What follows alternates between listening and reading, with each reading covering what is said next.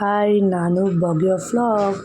ನಿನ್ನೆ ಅರಿಶಿನ ಶಾಸ್ತ್ರ ಆಗ್ತಲ್ಲ, ಅವ್ರ ಮಗಳದೇ ಇವತ್ತು ರಿಸೆಪ್ಷನ್ ನೈಟು. ರಿಸೆಪ್ಷನ್ಗೂ ಬನ್ನಿ, ಮದುವೆಗೂ ಬನ್ನಿ ಅಂತ ಕರೆದಿದ್ರು. ಅದರಿಂದ ಬಂದ್ವಿ. ಆದರೂ ಶ್ರೀಮಂತರು ಮದುವೆ ಅಂದರೆ ಫುಲ್ ಗ್ರ್ಯಾಂಡಾಗಿರುತ್ತೆ ಅಲ್ವಾ.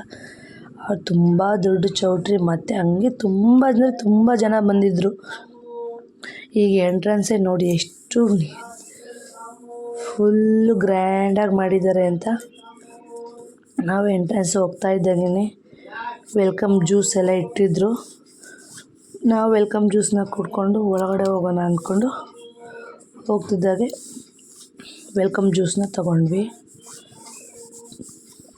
ವೆಲ್ಕಮ್ ಜ್ಯೂಸ್ ತೊಗೊಂಡು ಕುಡ್ಕೊಂಡು ಒಳಗಡೆ ಎಂಟ್ರೆನ್ಸ್ ಆಗ್ತಿದ್ರೆ ಇಷ್ಟು ದೊಡ್ಡ ಚೌಟ್ರಿನಾ ಅಂತ ಅನ್ನಿಸ್ತಿತ್ತು. ಅಷ್ಟು ದೊಡ್ಡದಾಗಿತ್ತು.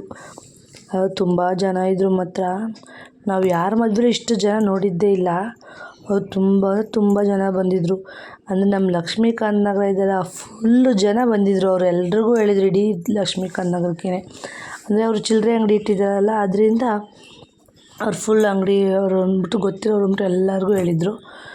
ಹಾಗೆ ನಾವು ಸುಮ್ಮನೆ ಕೂತಿದ್ವಲ್ಲ, ಸುಮ್ಮನೆ ಹಂಗೆ ವೀಡಿಯೋ ಕ್ಯಾಪ್ಚರ್ ಮಾಡೋಣ ಅಂತ ಕ್ಯಾಪ್ಚರ್ ಮಾಡ್ಕೊತಿದ್ದೆ. ಈ ಫೋಟೋ ಬರೋಷ್ಟರಲ್ಲಿ 1 hour ಆಗೋಯ್ತು. ಅಲ್ಲೇ ಕ್ಯೂವಲ್ಲಿ ನಿಂತ್ಕೊಂಡು ತುಂಬ ಜನ ಇದ್ದರು. ಆಮೇಲೆ ಫೋಟೋ ಎಲ್ಲ ತೆಗೆಸ್ಕೊಂಡು ಒಂದು ಅರ್ಧ ಗಂಟೆ ಕೂತಿದ್ದು. ಆಮೇಲೆ ಊಟ ಮಾಡಿಕೊಂಡು ಹೊರಡೋಣ ಅಂದ್ಬಿಟ್ಟು ಊಟ ಮಾಡ್ಕೊಳ್ಳೋಣ ಅಂತ ಬಂದು ಈಗ ಊಟಕ್ಕೆ ಕೂತಿದ್ವಿ. ಹಾಗೆ ವೀಡಿಯೋನು ಮಾಡ್ಕೋತಿದ್ದೆ. ಆಮೇಲೆ ಊಟ ಎಲ್ಲ ಮುಗಿಸ್ಕೊಂಡು ಹೋಗೋಣ ಅಂತ ಹೊರಟಾಗ ನನ್ನ ತಂಗಿ ಮಗನೊಂದು ವೀಡಿಯೋ ಮಾಡು ಅಂತ ಅಂದ್ಲಂತವಳು. ವೀಡಿಯೋ ಮಾಡ್ತಾಯಿದ್ದೆ. ಅವನು ಸ್ಮಾರ್ಟ್ನೆಸ್ಸಾಗಿ ಬರ್ತಾ ಇದ್ದಾನೆ. ನಾವು ಹೇಗೆ ಹೇಳ್ತೀವಿ ಆಗ ಕೇಳ್ಕೊಂಡಿರ್ತಾನೆ ಅವನು.